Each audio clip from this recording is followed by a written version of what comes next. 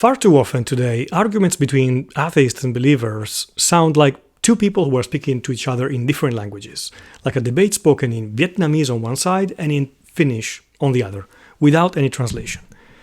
There are, however, many highly educated and highly intelligent people on both sides. So, how can these people at least understand each other? The problem is not as simple as people on this side don't get it because they are dumb or gullible, or people on that side don't get it because they haven't read the right kinds of books. The more educated the two people arguing are, the stronger their arguments are, to the point that it begs the question, how can two highly educated and highly intelligent people arrive to such diametrically opposed views? What is the software bug that doesn't allow them to understand each other? This is a very valid question because while we all have different opinions about everything from food to cars to sports, when it comes to the root of our existence, we're not talking about just an opinion like another, something that we can pick from a shelf. We're talking about the foundation of our being and our life. So what's going on? Let's look into it, or at least try to. Very often the believers versus non-believers argument is an argument about our view of reality. For the non-believers, typically, and sorry if I generalize here, but it's generally true, only science can lead us to truth. While for the believer, truth claims can also be made outside of science. The problem is that the two sides are not speaking on the same level. They are speaking about two different dimensions. Even if it looks as if they were two detectives trying to solve the same mystery with the same tools, that's absolutely not the case. In fact, they are usually like two detectives trying to solve two completely different mysteries.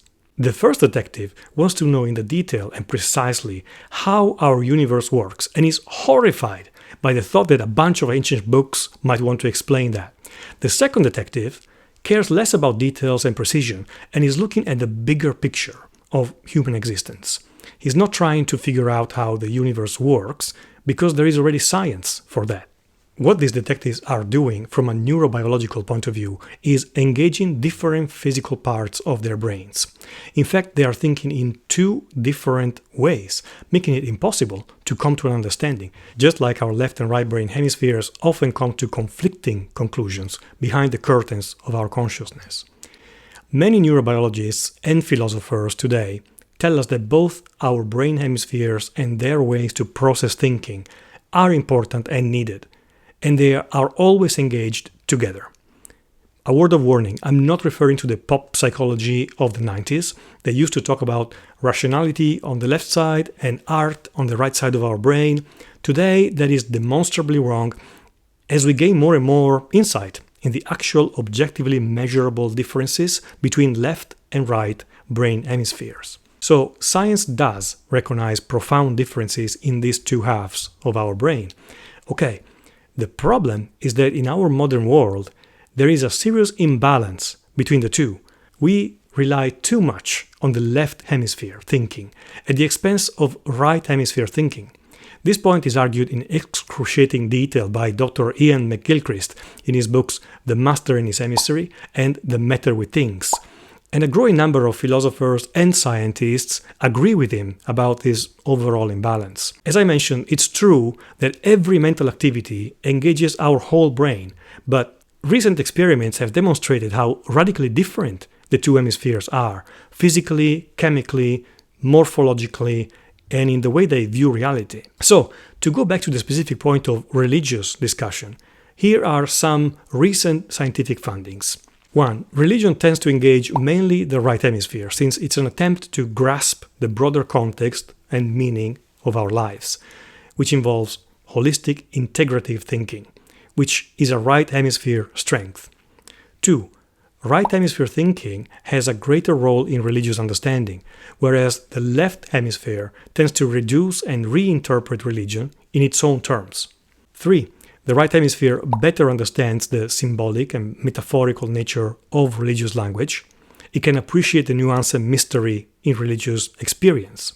The left prefers narrow either-or thinking, precise details that can be neatly distinguished. The left hemisphere tends to take the symbolic meaning out of religious language and interpret doctrines in a literal, logical, and dogmatic way.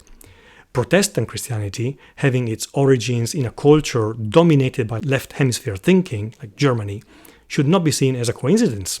Literalism was almost never a problem for Catholicism before the 16th century. 4. The lived ritual aspect of religion, especially music, engage mainly the right hemisphere.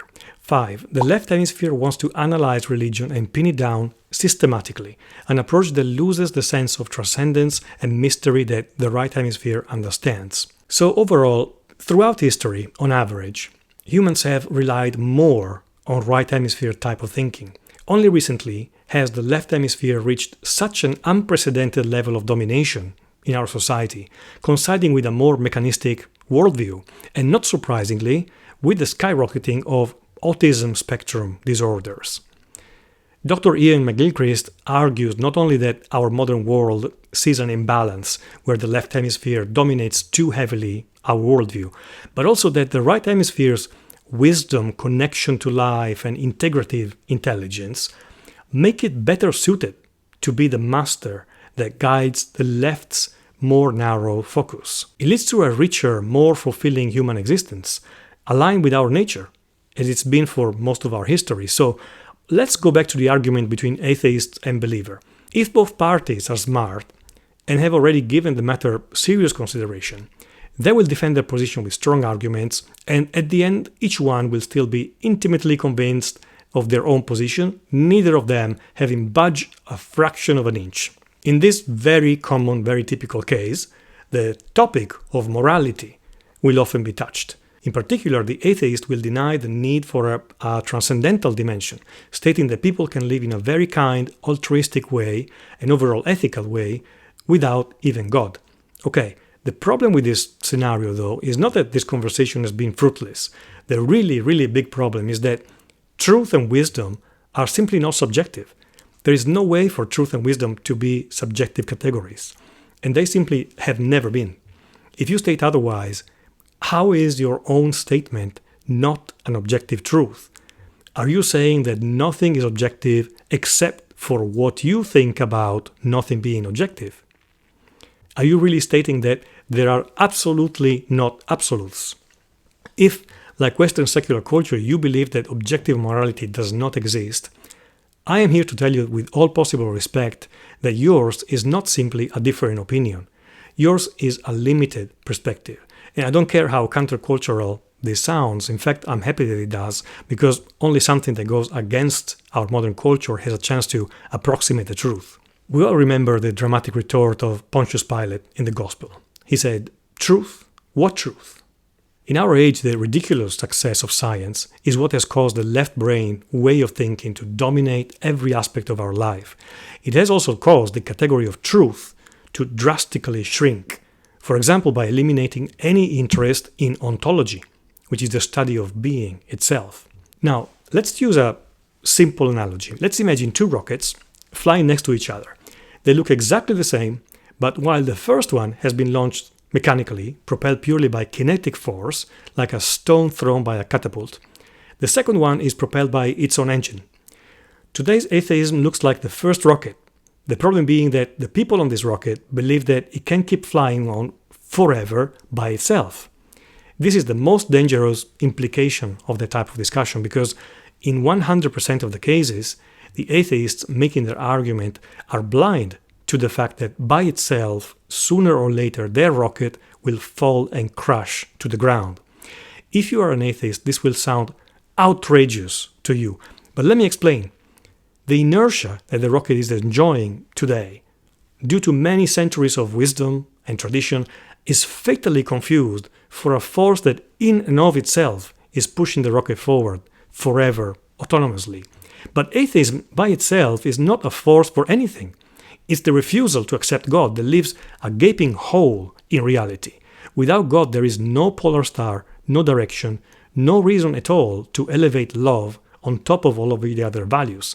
Together with secular rationalism, over time, atheism can go only in one direction, and that's down. That's the direction of gravity, the human gravity of relativistic sin. Today's atheists are looking at their rockets fly, parallel to the religious rocket, and they make the assumption that if it's flying now, of course it will continue to fly in the future. They say, look, If we can be kind and respectful and treat everyone the same today without God, that means that we'll keep following these values forever, even once God is eliminated from the world. But that is the most dangerous and deadly mistake that our modernity is doing. That is in fact the equivalent of slaughtering your ancestors or condemning our civilization to death. I don't care how over the top this will come across. I want to sound the alarm as loudly as possible on this. I'm talking about lack of understanding, lack of wisdom, lack of insight. Let's leave aside the fact that this rocket of atheism, once you look at it from up close, is already not flying as straight as the other one. Let's leave aside the fact that it's already starting to shake as atheism finds fewer and fewer arguments to justify abortion, for example, or the murder of elderly people as assisted suicide, or the gradual substitution of God with science, which is exactly as wise as switching off the sun and mandate night vision goggles for everybody only because we have a great supply of them. I'm saying let's leave all this aside because these are already visible consequences of the fundamental mistake of seeing this rocket go and believing that magically it will just continue to fly on by itself. But it won't. Anglican author Glenn Scrivener writes, "At one level, our culture's rejection of its ancestral faith has never been so enthusiastic, so complete, so aggressive. It looks, for all intents and purposes, like a divorce of the acrimonious variety. And yet, our world remains so deeply Christian. We continue to use the convictions, the thought forms, and even the metaphysics of the faith we are so keen to reject. Our apparently self-evident commitments to equality, progress, and compassion are in fact Christian artifacts, even as our relationship with the faith that bequeathed them to us comes unstuck. Our collective ignorance of Christianity's influence is so complete that we don't even stop to wonder where these values came from. Never having met their parents, we are unable to spot the family resemblance. We imagine these things are just there, like a fish in water, like the air that we breathe." To go back to my rocket analogy, the propeller, or the engine that drives the second rocket, is of course God, love itself. And this rocket metaphor works really well because, like an engine, God is absolutely practical and not just some theoretical conclusion of a consoling worldview that one may choose or not choose. God is practical. At first, when he is left out of the picture, everything apparently goes on as before. Mature decisions and the basic structure of life remain in place, even though they have completely lost their foundations. Just like Wile E. Coyote, in those few moments when he is suspended in midair in the cartoon. But, as Nietzsche correctly said, once the news really reaches people that God is dead, then everything changes. The entire structure of reality starts to shift to stomach-twisting effect. You might enter a building, go up a few flights of stairs, and find out that you're actually going underground instead of up. Or you might go to the beach and realize that your friend has another face in the middle of their back. You might find out that your dog is really a special model of Harley Davidson, or that a rabbit and a goose can be united in a marriage and form a family just like your family, or that the union of two women for life is a marriage, or that a man is in fact a woman, or that a baby, an unrepeatable creation of God, is as disposable as garbage, or that the existence of someone who today doesn't feel like living anymore, especially in places like Switzerland or Canada, is something that we, ridiculous clowns that we are, have the right to cut short. This is the real problem. Like a great saint and theologian said, eliminating faith in God, however one may try to spin or turn it, ultimately deprives moral values of their grounding. If the world and man do not come from a creative intelligence, which stores within itself their measures, then all that is left are traffic rules for human behavior, which can be discarded or maintained according to their usefulness. According to the usefulness is correct, and I would add, according to a reckless concept of minimizing pain, which is the last delusion being brought forward by some atheists when they try to build moral frameworks out of nothing. A pinch of common sense is enough to understand that it's a farcical effort and it cannot possibly work. What is pain? Where is the threshold? And why is the threshold there? The entire theory is destroyed with 3 questions. My dear atheist friends, I hope some of you will at least try to listen to what I'm saying here.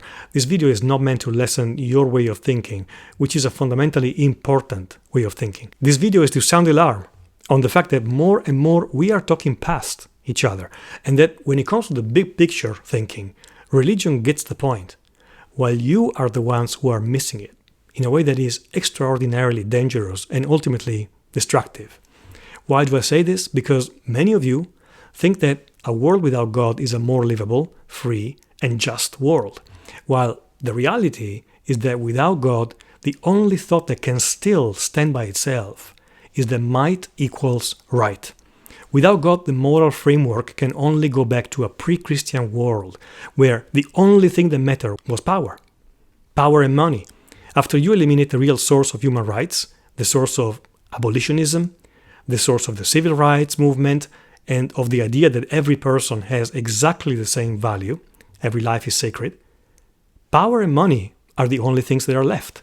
As Rabbi Jonathan Sachs wrote, when a society loses its religion, it tends not to last very long thereafter. It discovers that having severed the ropes that moor its morality to something transcendent, all it has left is relativism, and relativism is incapable of defending anything, including itself. When a society loses its soul, it's about to lose its future. No matter how brilliant and clever you are, you tend to use your brain in a narrow way, denying anything outside of empirical proof, focusing on the parts and not on the whole, on the how and not the why, on precise measurements and not on your humanity. Your worldview is a hostage to your left hemisphere, searching for measures and numbers like a computer, and not for a relationship with the eternal, which is what being human really means and has always meant. Thank you for listening.